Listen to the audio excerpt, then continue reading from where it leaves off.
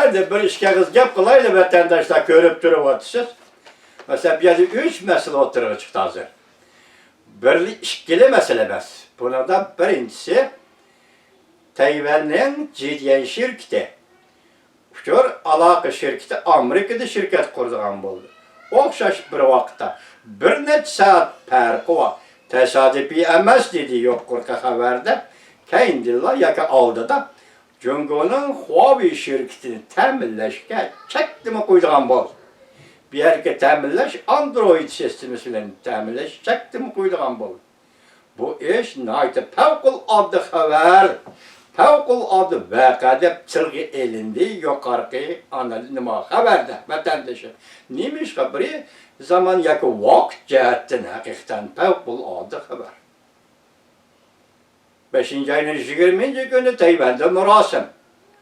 Prezident saylama ahırlaştı. Endi prezident vazife ötüp kasem verip vazifeye oltırış gerek. Sayyanın hanım. 5. ayın 20. günü. Biz tünükün Go-Bawşın medya, Go-Bawşın agentliğinde nemi deyilgenligini sizlerge ettik. Amerika Koşmuş Ştatlarının Devlet İşler Katı Mike Pompeo, Asya ziyaretinde ahırkı nişan Tayvan mı? Ya ki Tayvan'ı ziyaret baramdı, sual belgesi. Bugün bunu koyup duran hazır konkret kadar vatandaş buradan karama. Hazır Amr Tayvan'ın ciddi şirketi yukarıdaki meblağ söyleyip Amerika'da şirket kurduğun buldu.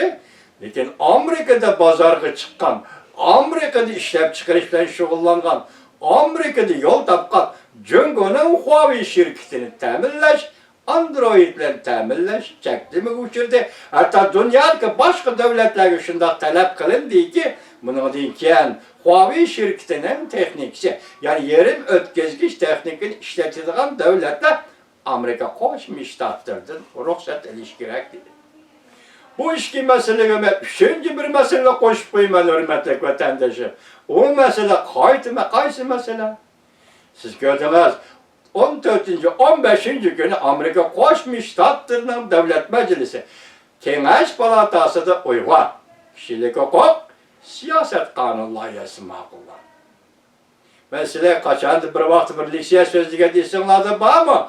Amerika koşmuş ştatlarda hazır Uygur'un kişilik hukuk ve yakı Uygur'un takdiri meselesi Amerika koşmuş ştatlarının taşkı siyasının özgürlüğüne ve Cungo karatkan siyasının özgürlüğüne münasip halda özgürlük kelivatıdır dedi vatandaş. Bir yerde başka dava yok dedim. Neymiş ki şunda dedim sizce katkılan bu meseleye vatandaşım. Hazırgıcı dava hukumi Amerika'da Uygur'dan dini itikat meselesi degen meselesi gevdelendi.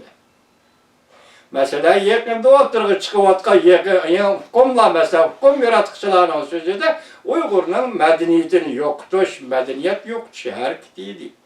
Lakin siz karab bakın ki növbette Uygur'un derdi halaket. Yaki şekli özgergen kırgınçılar. Xitay hükümeti nezarband qilish, nezarband xonada xo'rlash, och qo'yish, xolisi o'ldirish, xolisi kasal bo'lib qo'yishi davolamaslik xilma-xil vositalar. Bu ochiq oshkora qirg'in qilish emas, ikkinchi bir xil shaklda qirg'in qilish. Masalan, hozir vatanda Uyg'urning nüfusini jiddiy ozayib ketishini keltirib chiqarish.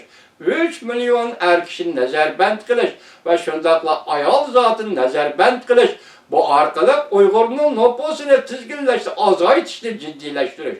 Bu bir xil qirg'inchilik. Ming shukrlarki Amerika Qo'shma Shtatlarining davlat majlisi, Kengash palatasi, Avam palatasi a'zolariga sizlarga ko'p rahmat.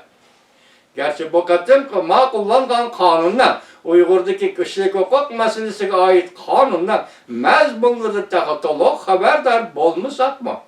Yoki bu qatim davlat majlisining Kengash palatasi va yoki Avam palatasi bo'lsin, o'xshash Uyg'urlar to'g'risi shunda qonunlar ya'ni imzolaganligida nima uchundir ehtiyot qilayotganligini yoki qadamni ostirab bosayotganligini his qilib tursakmi?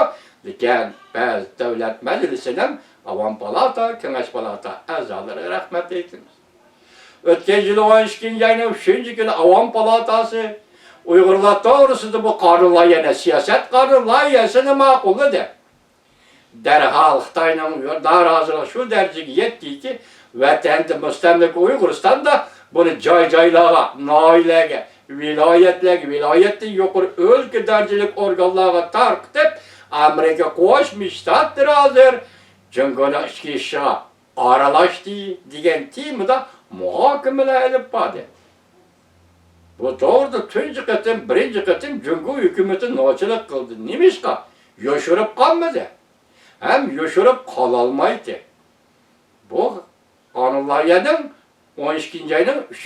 günü Avam Palatası ma'qullanishi bu xabarni Jungo hukumati yoshirolmaydi, yoshirib qololmaydi. Şuna nochilik qildi. Uyg'ur xalqi hozir masalan deyli halokat girdobig'i ketayotgan Uyg'ur xalqiga az to'la eng oxirgi umid bag'ishlan. Bugün endi qaysi vaqt to'g'ri keldi? 3 masala dedim men başta hurmatli vatandosh. Biri Huawei şirketining chakdami uçuruşu. Tayvan Jidian şirketining Amerikada shirkat qurishni e'lon qilganligi. İkinci bo'lib Uyg'ur kishilik huquq siyosat qonun loyihasining Kengash palatasi 14-15 kuni ma'qullanganligi. Bu 3 ish Jungoda nima ish yuz berdi?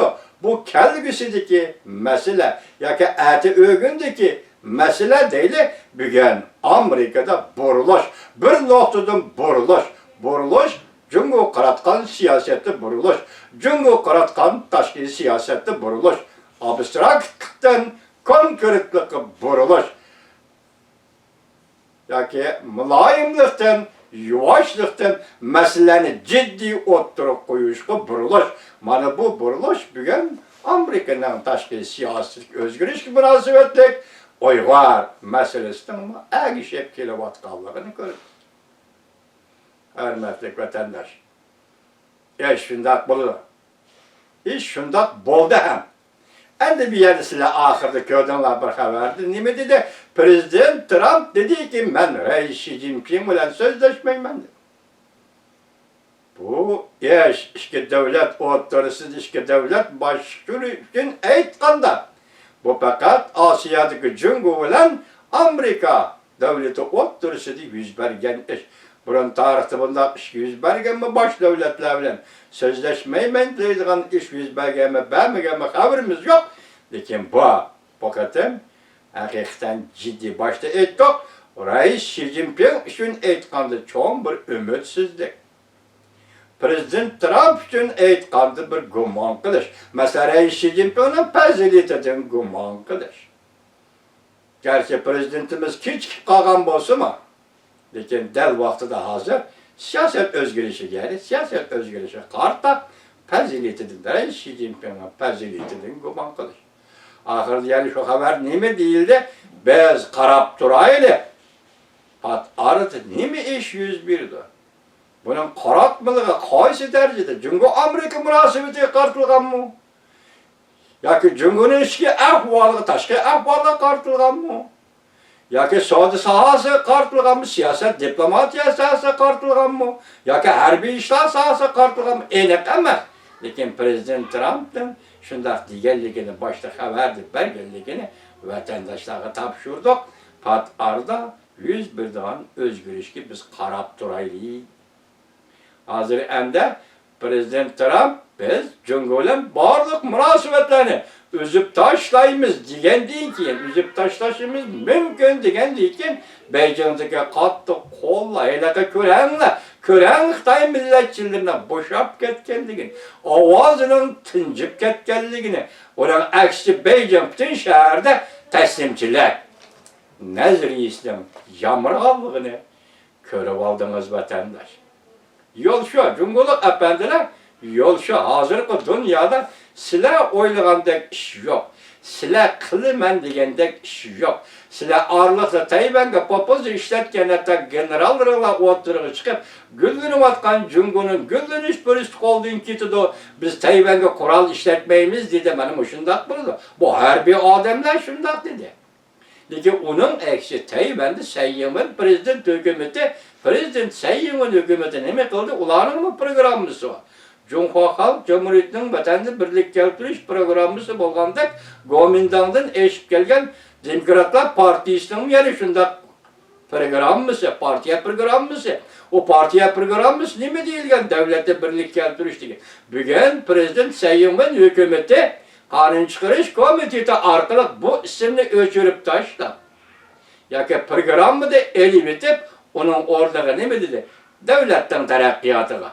Yani uçuk aytkanda vaziyetten terakkiyata karayımız dedi. 5 gün kaldı. 5. ayının 20. günü Teyben'de murasim qasam berip vazifeге oltirish murosimi. Jungo tutuldap keldi, aeroplan evatdi, harbiy parklarni evatib aylantirdi. Lekin nimadan tutullaydiganligini konkret aldı o'tirib qo'ymadi. Nimadan ansiraydiganligini konkret aldı o'tirib qo'ymadi. Endi hozir Shangalda qo'l qilingan 5 nafar kishi, 15 nafar kishiga yaqinda sot ochdi ekan. Mushu alomatlar nimani ko'rsatib turibdi desangiz, hurmatli vatandosh, Jungo Kompartiyasi aloqatsizligiga dastlab chiqdi, dastladi. Putini qo'ydi. Endi gumron bo'lish qarab yuzlandi.